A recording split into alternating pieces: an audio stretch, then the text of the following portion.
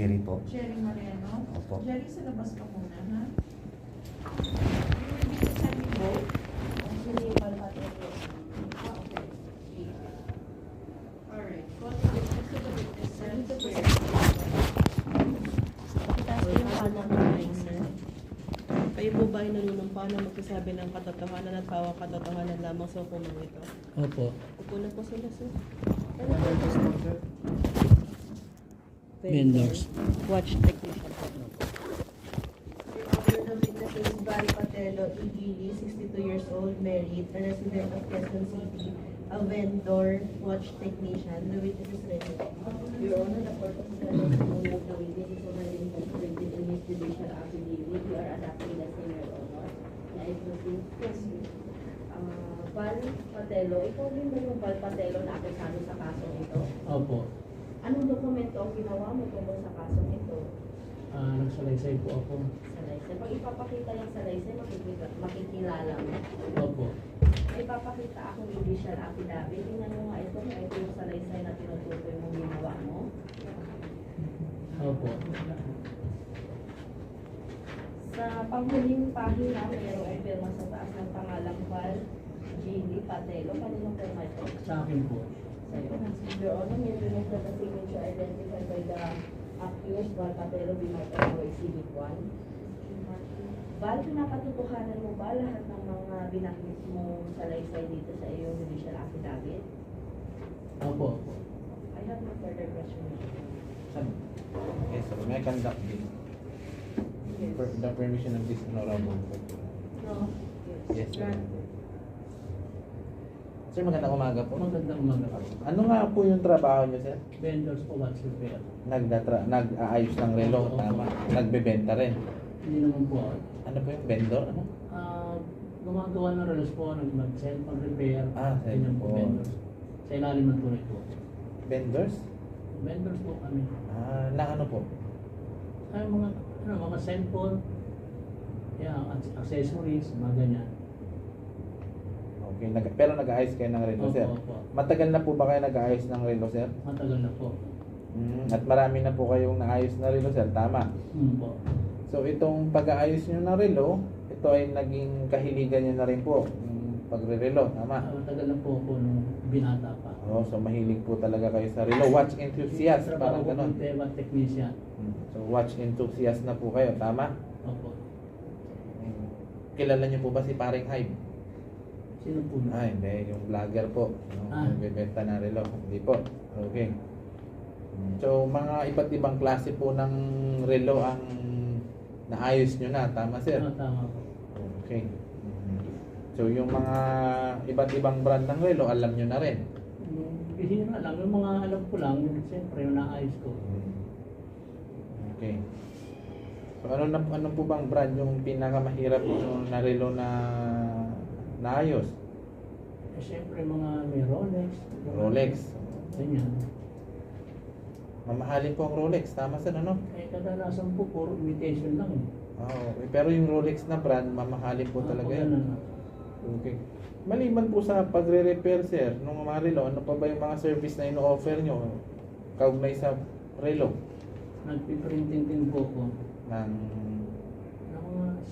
Printing ng Xerox. hindi. Maliban po dun sa, sabi nyo, nag-aayos po kayo ng relo. Naglilinis po ba kayo ng relo? May mga ibang serbisyo pa po ba kayo na ino-offer maliban sa pag-aayos ng relo? Nakaugnay sa relo po? Yung repair lang po. Repair lang. Okay.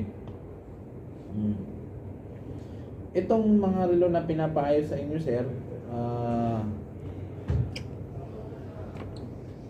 magkano katagal bago ito balikan kung nung nagpaayos? Minsan 2 days, minsan yung iba hindi na binabalikan. Ayun, may mga pagkakataon, sir, na hindi na po ito binabalikan. So, kapag ganun, sir, may lugi sa part mo kasi siyempre kung may pinalitan ka na pyesa, hindi mo na nabawi yung bayad, tama? Ganun po talaga. Okay. So, pag hindi ito binabalikan, sa'yo, naiiwan na sa'yo. Kinakahoy ko na lang po. Kinakahoy. Ginagawa spare parts na lang. Okay. Para mabawi mo yung gastos. Okay. May pagkakataon ba na yung mga hindi na binalikan na relo, may nakakita doon at gustong bilhin? Ang gano'n naman po, pag may bibili naman po, siyempre sabi ko, hindi, may ari naman yan, kinakawin ko lang. So hindi niya po, wala pong Hindi ko na dispose kasi baka hanapin naman yung ari eh. Okay. So, most of the time, kinakahoy nyo na lang po.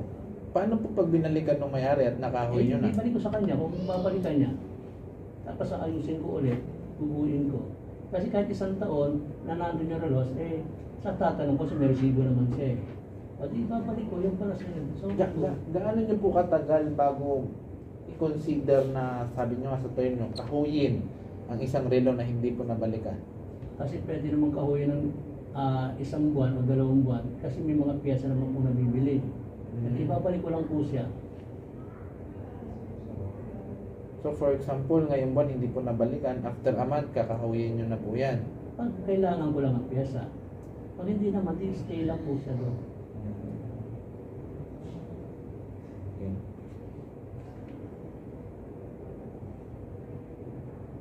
Sir, ang relo, pag nakita mo yung brand, alam mo kung mamahalin ito, no? Mayroon Rolex. Kasi kadalasan yan, ang estimate ko puro replica eh. Yung kadalasan ng puro China na lang, mga ganun. Ngayon, dito sa kasong to, inakusahan ka na bumili daw ng relo. Tama? Ayun ang pagkakasabi sa akin. Hindi naman totoo. Abo. Sir, maliban sa Rolex na brand, itong sinabi na Judges Le Couture, alam mo ba itong brand na to? Hindi po. Maaaring pag nakita mo sa internet, makikita mo siya.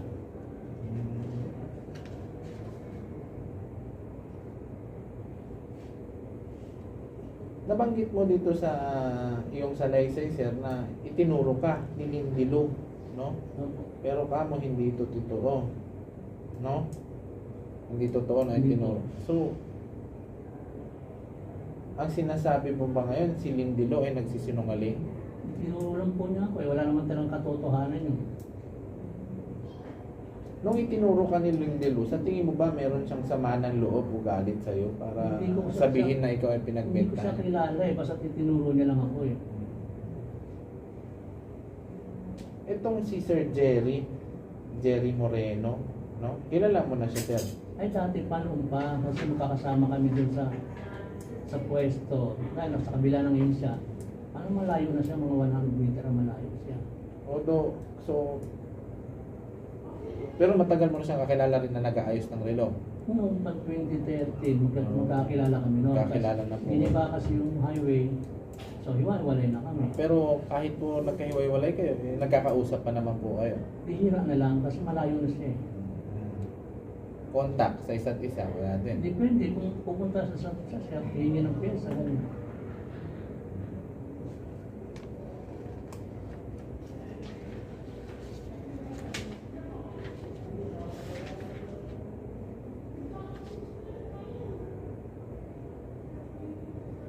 For example, sir, may nagpaayos ng relo. Paano nyo kinakatay yung relo, sir?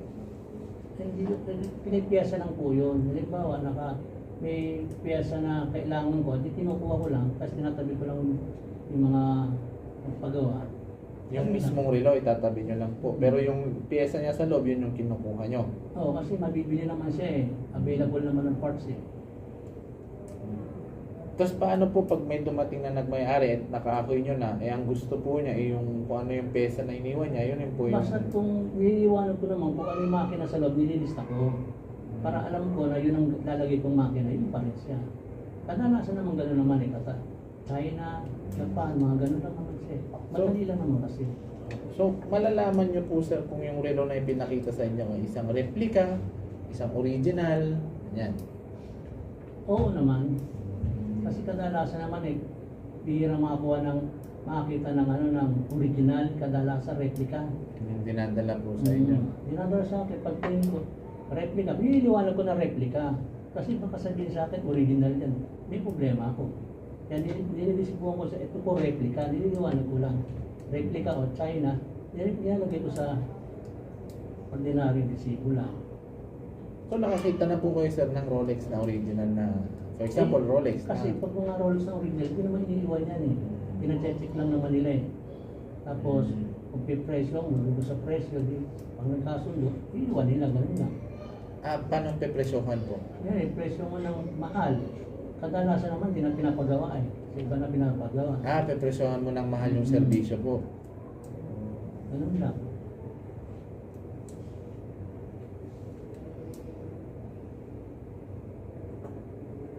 Meron po bang pagkakataon na may lumapit sa inyo na papaayos ng relo pero binenta sa inyo usually? Yung mga ibang mga replica lang, kadalasan sabi ko replica lang yan, mura lang yan.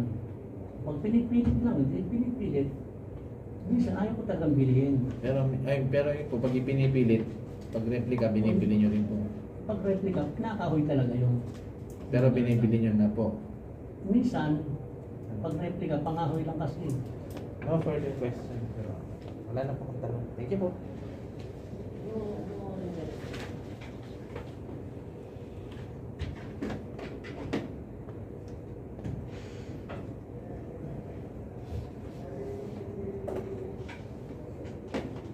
Ano pong pinenta sa inyo ni Naluto ba?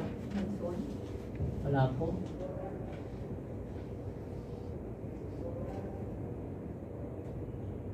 So wala pong Rolex na binenta sa inyo? Wala po. Wala pong Patek Philippe na binenta sa inyo? Wala po.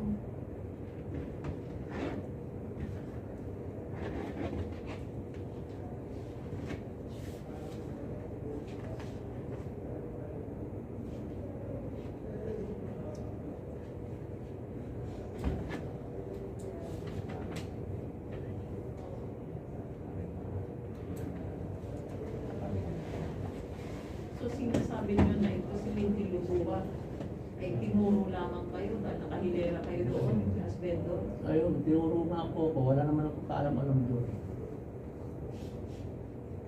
Alright, that will be all for this witness.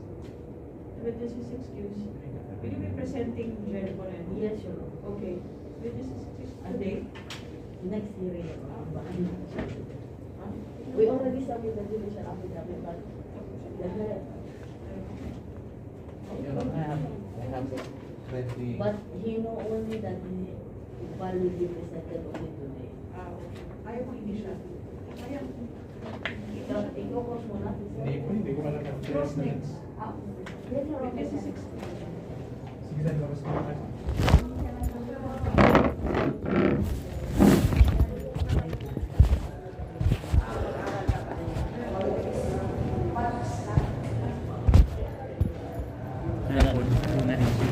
Tagalan. Matagal na matagal. Kawawa naman yung ano sa loob.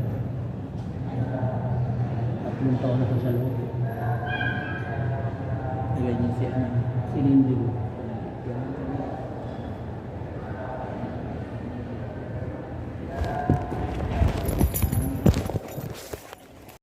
Pag hindi pa paborable, tingnan muna natin kung ano ba, ilan ba ang sentensya.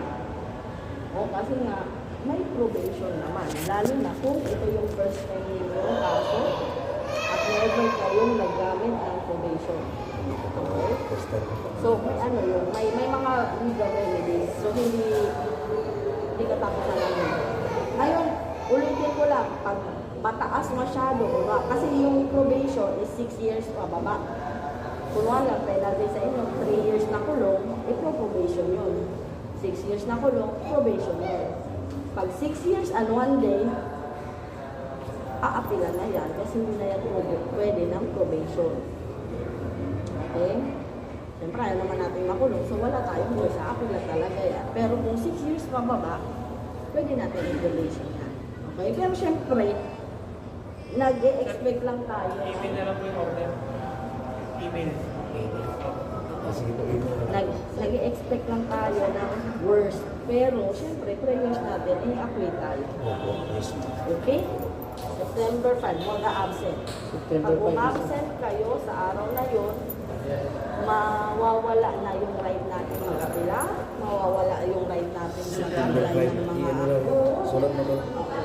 Ballpen ka po. Wala nang September 5. Ito text mo lang ako. Sige, sige. Okay? Susunod na lang po. Akyat lang ako. Sige po. Oo nga, pwede naman ano, September 5. September 5. Wala naman. Pasok sa to. Wala kayong ballpen? I-email lang daw yung ano natin. Ah, o, di ba paano tayo?